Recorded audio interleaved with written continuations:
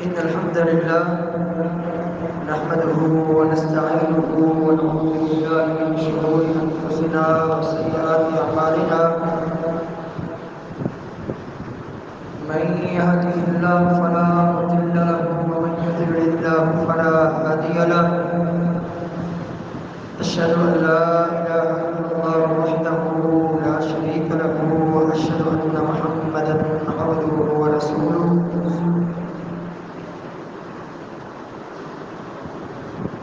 أما بعد فإن خير الحديث كتاب الله وخير الهدي هدي محمد صلى الله عليه وسلم وشر الأمور محدثاتها وكل محدثة بدعة وكل بدعة ضلالة وكل ضلالة في النار. اللهم صل على محمد وعلى آل محمد كما صليت على إبراهيم وعلى آل إبراهيم إنك حميد مجيد. اللهم بارك على محمد وعلى آل محمد كما باركت على إبراهيم وعلى آل إبراهيم إنك حميد مجيد. أعوذ بالله من الشيطان الرجيم. بسم الله الرحمن الرحيم. يا أيها الناس اتقوا ربكم الذي خلقكم من نفس واحدة وخلق منها زوجها وبث منهما رجالا كثيرا ونساء واتقوا الله الذي تساءلون به والأرحام إن الله كان عليكم رقيبا. يا أيها الذين آمنوا اتقوا الله حق تقاته ولا تموتن إلا وأنتم مسلمون. يا أيها الذين آمنوا اتقوا الله وقولوا قولا سديدا يصلح لكم أعمالكم ويغفر لكم ذنوبكم ومن يطع الله ورسوله فقد فاز فوزا عظيما. قال الله تبارك وتعالى وقل لعبادي يقولوا التي هي أحسن رب اشرح لي صدري ويسر لي أمري واحلل عقدة من لساني يفقهوا قولي. رب أعوذ بك من همزات الشياطين وأعوذ بك رب أن يحضرون. سبحانك لا علم لنا إلا ما علمتنا إنك أنت العليم الحكيم.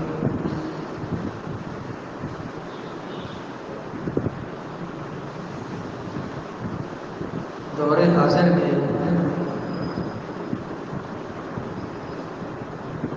کثرت سے فتنے پائے جا رہے ہیں.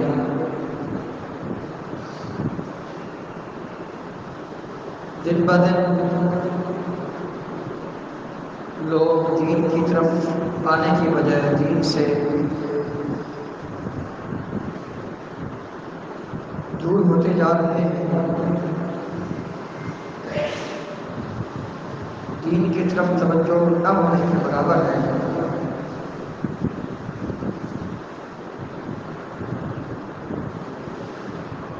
آٹے میں نمک کے برابر بھی لوگ نہیں جو دین کے ساتھ مخلص دین کے ساتھ کا حقیقی تعلق ہو.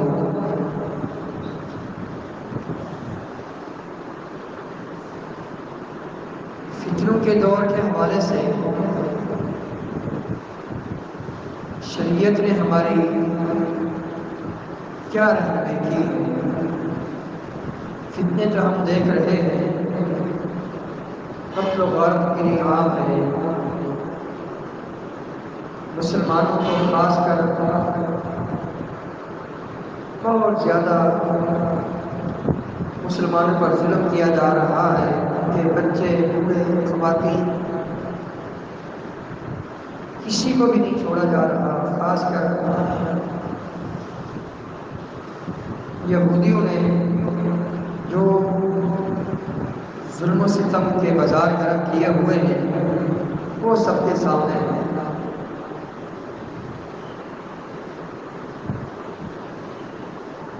تو ہمیں فتنوں کے دور میں کیا کرنا چاہیے؟ امام ترمذی رحمہ اللہ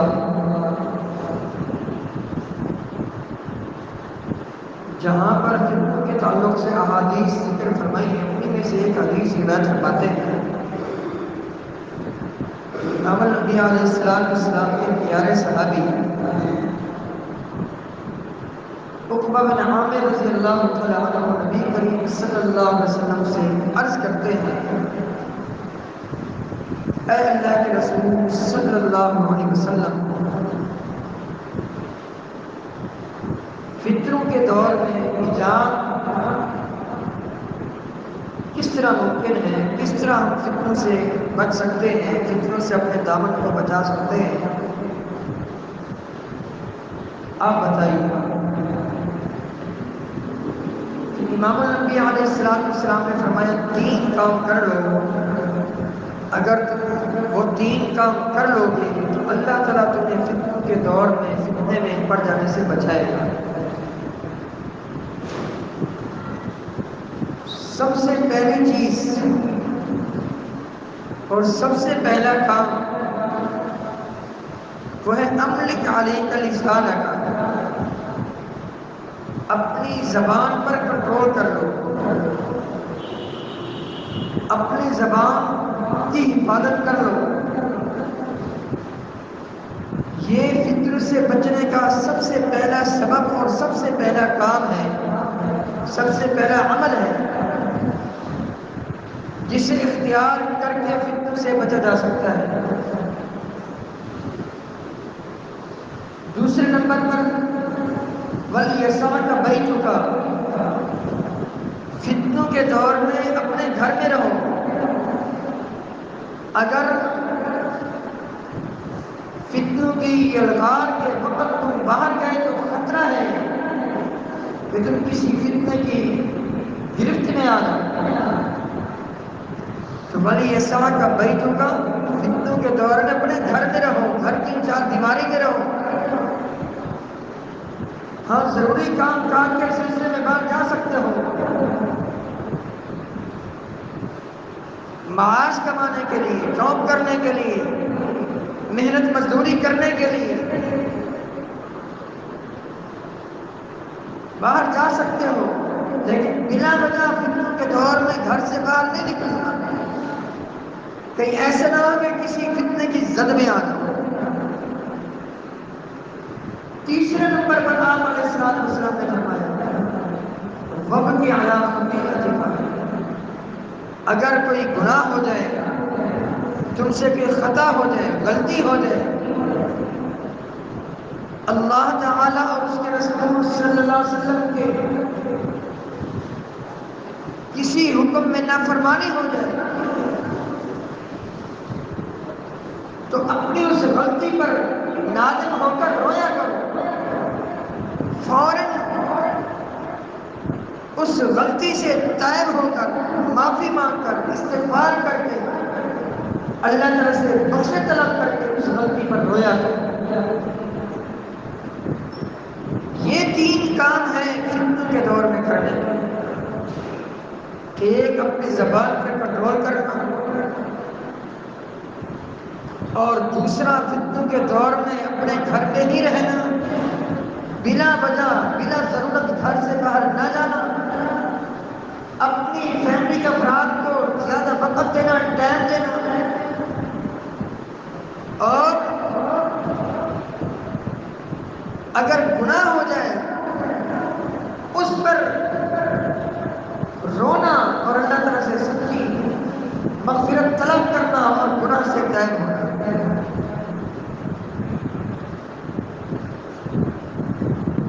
نبی کریم صلی اللہ علیہ وسلم نے فرمایا ایسے ایسے فتنے قیامت کے قریب آئیں گے کہ قطع اللیل مظلمہ، جیسے اندھیری رات ہوتی ہے،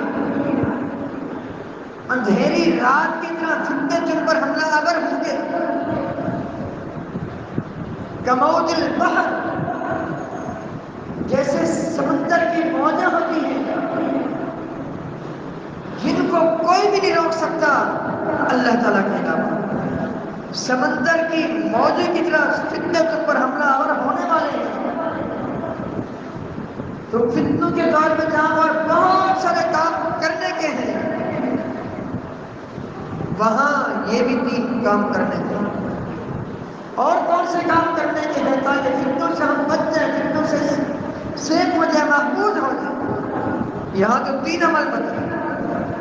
ایک، اپنی زبان پر کنٹرول کرو، اپنے گھر میں رہو، اور گناہ ہو جائے تو اس پر نادم ہو کر رویا کرو۔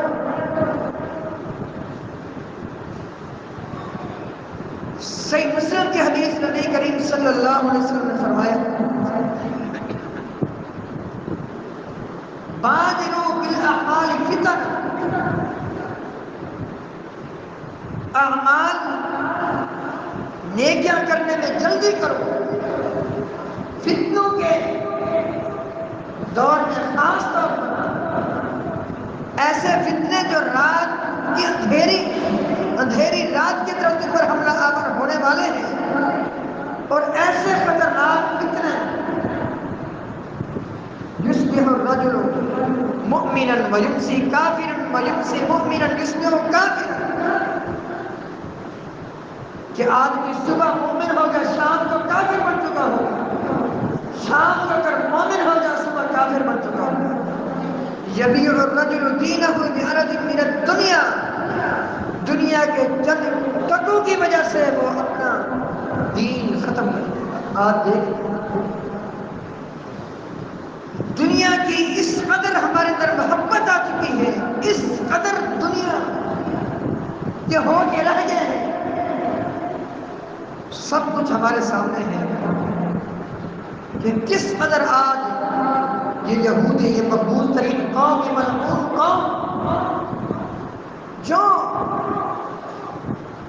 مسلمان اربوں کی تعداد میں ہے، ان کے مقابلے میں ان کی تعداد کچھ بھی نہیں ہے۔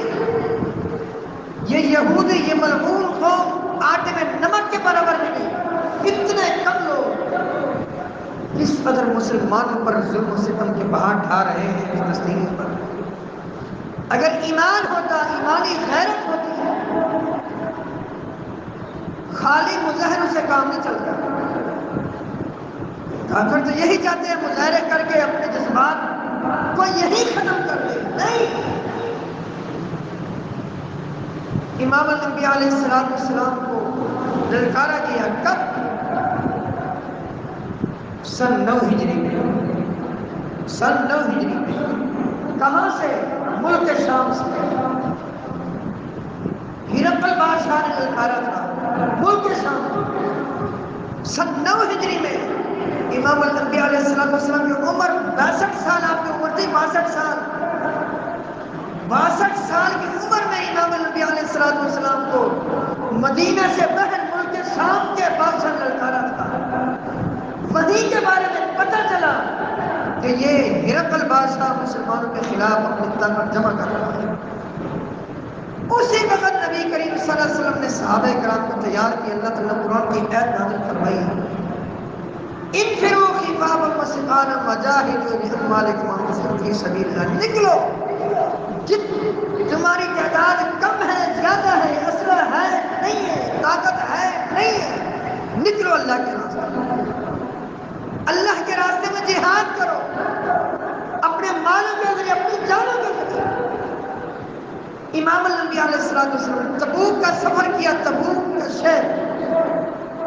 آج کل یہ تبوک، یہ سعودی عرب میں ہے، یہیں یہ لوگ پیدل گئے، سواری پر گئے، حتیٰ کہ جذبہ جہاد دیکھے۔ یہ ایمانی غیرت ہمارے اندر ہونی چاہیے جو صحابہ کرام نہیں جا سکے۔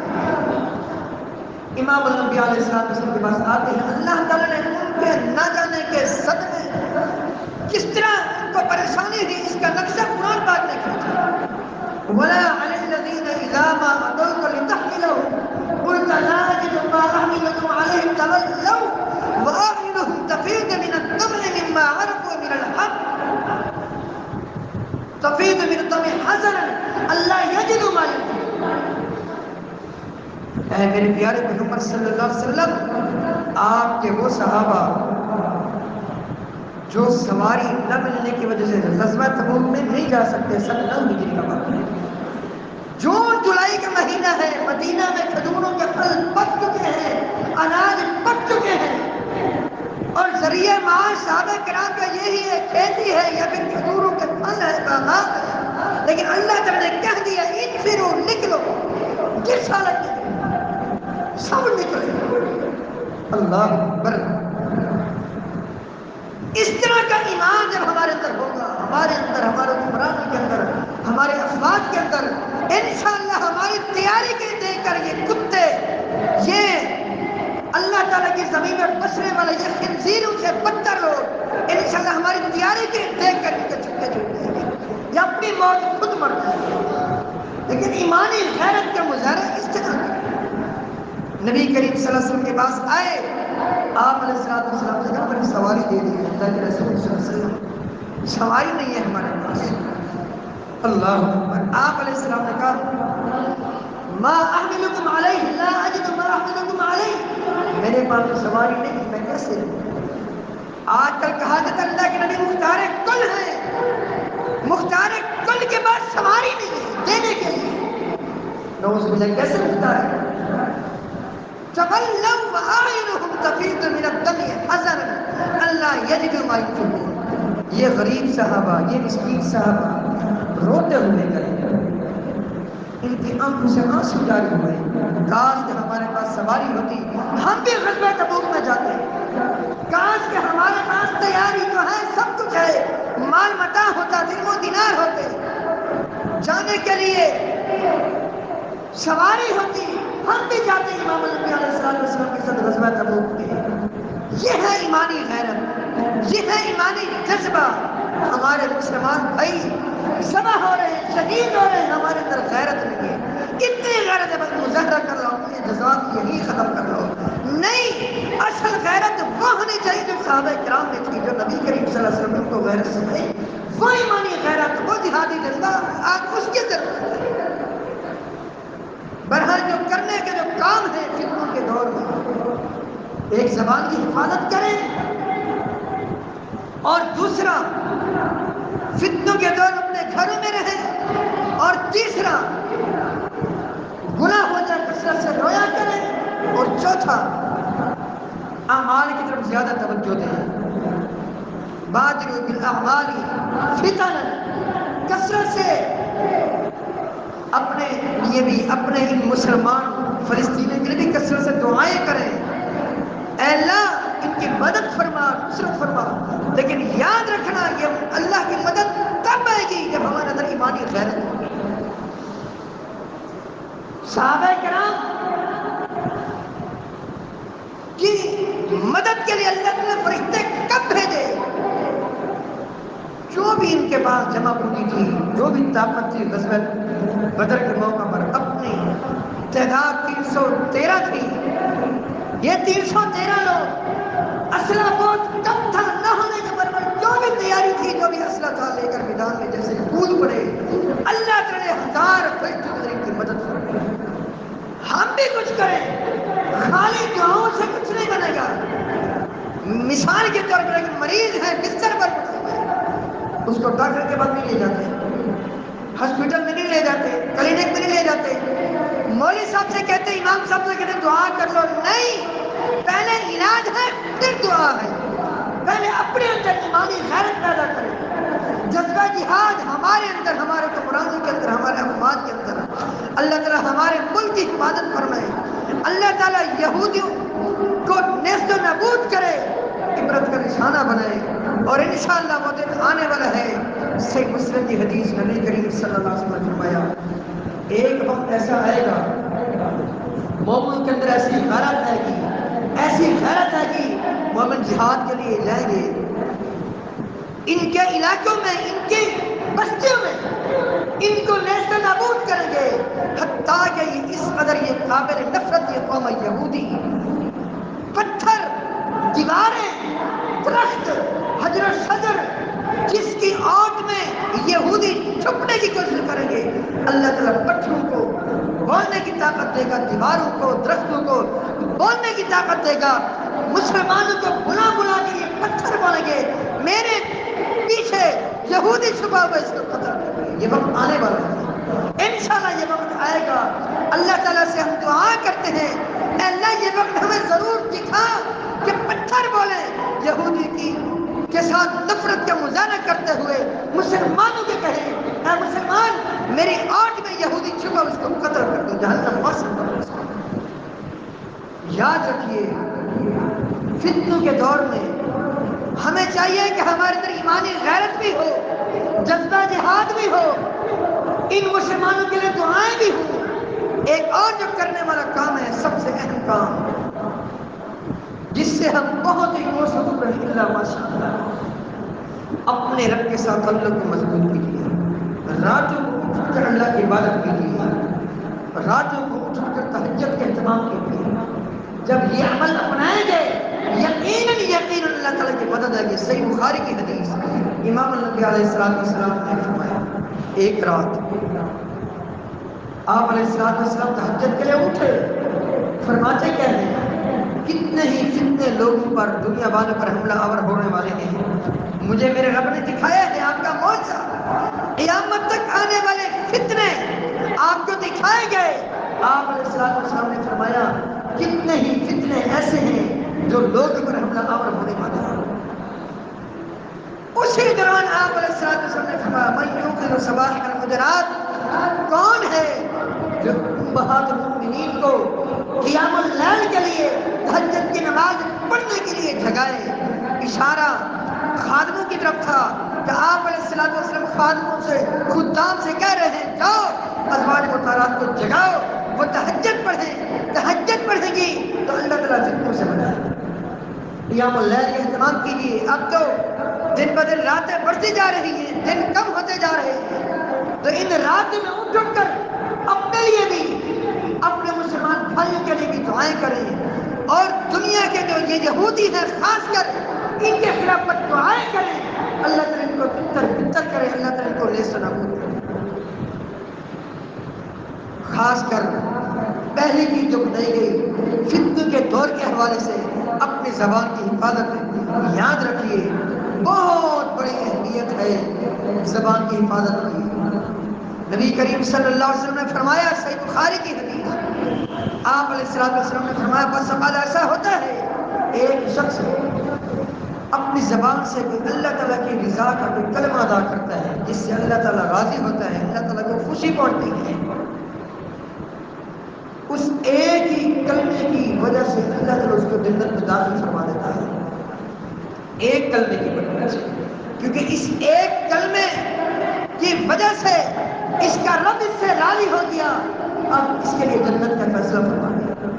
اور بس اوقات ایسا ہوتا ہے ایک ہی کلمہ بندہ اپنی زبان سے ادا کرتا ہے، اس کو پتہ نہیں ہوتا میں نے کیا بولا ہے، لیکن اس کلمے کے بولنے کی وجہ سے اللہ تعالیٰ کی ناراضگی پھول لے لیتا ہے۔ فرمایا یاوی بہا فی نار جہنم، ایک ہی بول کی وجہ سے جہنم میں جا گرتا ہے۔ صحیح بخاری کی حدیث ہے، امام الانبیاء علیہ السلام نے فرمایا من یضمن لی ما بین لحییہ وما بین رجلیہ اضمن لہ الجنہ، جو مجھے اس بات کی ضمانت دے کہ اپنی عزت کی حفاظت کرے گا اور اپنی زبان کی حفاظت کرے گا، میں اس کو جنت کی ضمانت دیتا ہوں۔ امام ترمذی رحمہ اللہ حدیث روایت فرماتے ہیں نبی کریم صلی اللہ علیہ وسلم نے فرمایا اذا اصبح ابن آدم فإن الأعضاء كلها تكفر اللسان، جب ابن آدم صبح کرتا ہے جسم کے تمام اعضاء زبان سے ریکویسٹ کرتے ہیں، عرض کرتے ہیں فإن استقمت استقمنا، اے زبان سیدھی ہو جا، سیدھی ہو جا، اگر تو سیدھی رہی ہم سیدھے رہیں گے، اگر تو ٹیڑھی ہو گئی ہم بھی ٹیڑھے ہو جائیں گے۔ امام ابو داؤد رحمہ اللہ حدیث روایت فرماتے ہیں معاذ بن جبل رضی اللہ عنہ حدیث کے راوی ہیں، نبی کریم صلی اللہ علیہ وسلم سے پوچھا، اللہ کے اس بندے نے معاذ بن جبل رضی اللہ عنہ نے اے اللہ کے رسول صلی اللہ علیہ وسلم ایسی نیکی کے بارے میں بتائیے جو جہنم سے دور کر کے جنت کے داخلے کا سبب بن جائے، جس نیکی کے کرنے کی وجہ سے، جن نیک اعمال کے کرنے کی وجہ سے جہنم سے دور ہو کر جنت میں چلا جاؤ۔ آپ آپ علیہ السلام نے بہت ساری باتیں بتائی ہیں. فرمایا شرک نہیں کرنا، نمازوں کی پابندی کرنی، زکات ادا کرنی ہے، روزے رکھنے ہیں، فرائض واجبات کی پابندی کرنی ہے، جہاد کرنا ہے، نوافل کا اہتمام کرنا ہے، نفلی روزے رکھنے ہیں، نفلی صدقہ کرنا ہے، بہت ساری نیکیاں بتائی. آخر میں بتایا الا ادلک بملاک ذالک کلہ، اے معاذ رضی اللہ تعالی عنہ، جو میں نے تمہیں بڑی بڑی نیکیاں بتائی ہیں، چھوٹی کی نیکیاں بتائی ہیں، ان نیکیوں کا کنٹرولر نہ بتاؤں جس کی وجہ سے یہ ساری نیکیاں سیو ہو جاتی ہیں، محفوظ ہو جاتی ہیں، اور جو نیکی ان ساری نیکی کو کنٹرول کرنے والی ہے، سیفٹی دینے والی ہے. عرض کیا ضرور بتائیے. فأخذ بلسانه، امام الانبیاء علیہ السلام نے اپنی زبان کو پکڑا اور فرمایا کف علیک ھذا، اپنی زبان پر کنٹرول کر. کیوں؟ اس لیے کہ بہت سارے لوگ اپنی زبان کے غلط استعمال کی وجہ سے کودے منہ جہنم میں گرا دیے جائیں گے. خاص کر اس دور میں جب مہنگائی عروج پر ہے، فتنے عروج پر ہے، فتنوں کے بارے میں باتیں کرنے کی بجائے، مہنگائی کے بارے میں، مہنگائی کے حوالے سے باتیں کرنے کی بجائے ہم اپنے گریبان میں جھانکیں کہ ہمیں کیا کرنا چاہیے. اس دور میں اپنی اصلاح کی طرف توجہ دینے کی ضرورت ہے. اپنی اصلاح کی طرف توجہ دیں گے فردن فردن، یقیناً اللہ تعالیٰ کے فضل و کرم سے ہمارے مسائل حل ہوتے ہی چلے جائیں گے. کیونکہ اللہ تعالیٰ نے یہ وعدہ فرمایا ہے کہ اگر تم زبان کے اعتبار سے صحیح بن گئے، تمہاری زبانوں کی حفاظت ہو گئی، میں اللہ تعالیٰ خود تمہارے معاملات کو سدھار دوں گا. یہ قرآن پاک میں ہے. فرمایا یا ایھا الذین آمنوا اتقوا اللہ، اے وہ لوگ جو ایمان لائے ہو، اللہ سے ڈر جاؤ. وقولوا قولا سدیدا، درست بات کرو. فائدہ کیا ہوگا؟ یصلح لکم اعمالکم، تمہارے جتنے بھی کام ہیں سب کو اللہ تعالیٰ سدھار دے گا. ویغفر لکم ذنوبکم، اور اللہ تعالیٰ تمہاری مغفرت فرمائے گا. تو ہم جب تقوی اختیار کریں گے، پرہیزگاری اختیار کریں گے، جتنے بھی مسائل ہیں اللہ تعالیٰ کے فضل و کرم سے سارے مسائل حل ہوتے ہی چلے جائیں گے، اصلاح ہوتے ہی چلی جائے گی. تو اللہ تعالیٰ سے دعا ہے اللہ تعالیٰ ہم سب کو فتنوں سے محفوظ رکھے، فتنوں سے بچائے، اور اللہ تعالیٰ ہم سب کو نیکی کے ساتھ محبت کرنے کی توفیق عطا فرمائے. خاص کر ہمارے یہ مسلمان جن پر یہودی ظلم کر رہے ہیں، ان کے لیے دعا کریں. اے اللہ ان کی حفاظت فرما، اے اللہ تو اپنے خاص فضل و کرم سے کی مدد فرما، ان کی نصرت فرما. اللہم اہلک الظالمین بالظالمین، اللہ ان پر ظلم کرنے والے یہودی جو مغضوب علیہم ہیں، جن یہودیوں کے خلاف ہر مسلمان اپنی نماز کی ہر رکعت میں اللہ تعالیٰ سے دعا کرتا ہے اے اللہ مغضوب علیہم کا راستہ نہیں دکھانا، اے اللہ یہودیوں کا راستہ نہیں دکھانا، کیونکہ یہودیوں پر تیرا غضب ہے، تیرا غصہ ہے. دنیا میں اربوں مسلمان ہیں جو بھی نماز پڑھتے ہیں، اربوں مسلمان اپنی اپنی نمازوں میں یہودیوں کے خلاف دعا کرتے ہیں اور اپنی اپنی نمازوں میں کہتے ہیں غیر المغضوب علیہم ولا الضالین. اے اللہ یہودیوں کے راستے پر نہیں چلانا، عیسائیوں کے راستے پر نہیں چلانا، ہاں سیدھے راستے پر چلانا. وہ سیدھا راستہ کن کا ہے؟ وہ انبیاء علیہ السلام کا ہے، وہ صلحاء کا ہے، وہ صدیقین کا ہے، وہ شہداء کا ہے، وہ صحابہ کا راستہ ہے. اللہ تعالیٰ سے دعا ہے جو کچھ سنا سنایا اس کے مطابق ہم سب کو اپنے اپنی اصلاح کرنے کی توفیق عطا فرمائے. استغفر اللہ لی ولکم ولسائر المسلمین.